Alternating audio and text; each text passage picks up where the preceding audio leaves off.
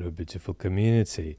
Welcome to this Sunday Blitz about Kakhovka. These are questions that have come repeatedly in messages I've received in the last few days. So I'm going to take 4 of them. Has the response of Western public opinion to Kakhovka been proportional? Not sure exactly what I'm going to say about that, to be honest. Lots of whodunit questions. Can Russia engineer a nuclear disaster in the Zaporizhzhia nuclear power plant? And what are the consequences of Kakhovka for the story we often talk about, which is the war spreading onto Russian soil? So let's take the first question. Has Western public opinion reaction been proportionate? I think something like this takes time to percolate through.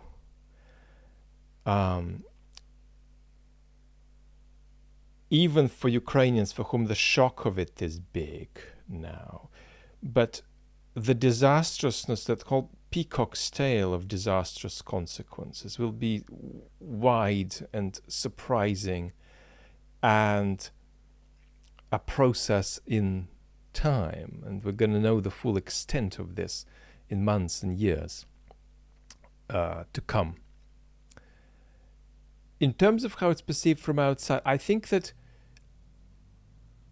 from the outside it was easier for people to imagine how Ukrainians would feel about Bucha. This is, I think, a bit harder for people. Don't be sort of pointing out that it's not hard for you. You're weird because you're here. But I think from the outside, it might look more like yet another disastrous escalation of Russian destructiveness, whatever the directness of intentionality there with what happened. We'll come to that in a second. But I think for Ukrainians, there is something primal, almost transcendent in the level of destructiveness brought about here. This feels like an event of an almost transcendent level of harm. And that creates a kind of visceral response that makes one feel incandescent rage and makes one feel something new. This is not just what we've had before, only more. This is more, but now a different more, another kind of different more. So I think that's going to be how Ukrainians feel, and I do think that's a bit harder than with Bucha for outsiders to understand. Who done it? Well, I don't do political or technical analysis, of course, and this is a difference between Kakhovka and, say, the drone attacks on Moscow or on the Kremlin. There was a political story one could tell that absolutely informed where one should start with causation.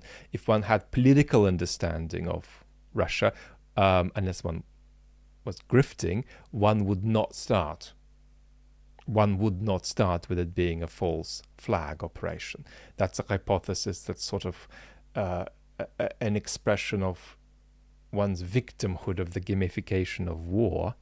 But that's not a reaction one would have if one had a deep understanding of Russian politics. So there's a political story there that immediately cuts through to how we should organize our speculations about causation. I don't think that's the case with Kakhovka. I don't see a political story that says the Russians couldn't have done this with vertical deliberateness. Doesn't mean they did, but there is no political story here that rules it out, even if there are military stories or infrastructure stories that might, but that's not my thing to discuss. In terms of verticality, if this is not a something the Russians did simply in the sense that it's a byproduct of their invasion and their negligence or criminal negligence. If this is a deliberate act, what's the level of verticality we should speculatively ascribe to it? It's murky, but I would be recommending you to start with a vertical picture there. That's to say, if not a direct order, then a vertical permissiveness of a certain bracket of action, because this is too significant for us to not at least begin with the presumption that this stuff doesn't get done deliberately unless it's vertically orchestrated. 3, could Russia engineer a nuclear disaster in the Zaporizhzhia nuclear power plant? Yes, of course, but it would make little sense to see it happen now or soon. But this is always something we have to reevaluate. Why do I say that? I say that simply because Kakhovka is not going to fundamentally restructure Western policy toward Ukraine. A nuclear event would.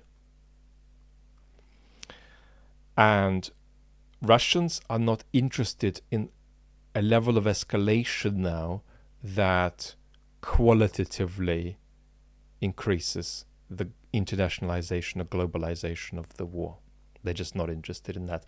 Putin's strategy now is to freeze the war and re-escalate later. His plans are as ambitious as they were before the war for re-escalation, in my analysis. He still believes to have proprietorial entitlement to all of Eastern Europe. He still wants all of Ukraine, and he still wants to challenge Article 5. He hopes, even though he is now pessimistic about the likelihood of that, but he still hopes that there's a good chance that he'll be able to do this by 2030. The Kremlin regime is now a kind of escalation machine. It will destroy itself or keep pursuing this goal of escalation against the West as soon as it feels it's regained a little capacity, and as soon as what it wants to happen happens, and that's to say decline of Western democracy, exhaustion of Western support for Ukraine, something that we're concerned about and something that will indeed happen to some degree. But it's not going to happen with the same, inexorable momentum that Putin expects, because there is a kind of almost a Fukuyama in reverse type of dogma in the Kremlin about the imminent and inevitable decline of Western democracy. 4, consequences of Kakhovka for war on Russian soil. It's going to dramatize an already inevitable pattern. Ukraine's capacity to act on Russian soil is very considerable.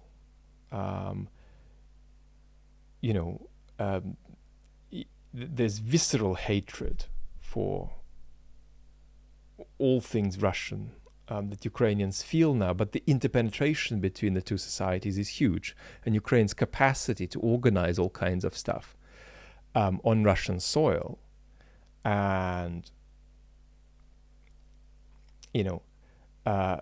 escalate that to levels far beyond anything we've seen is very considerable.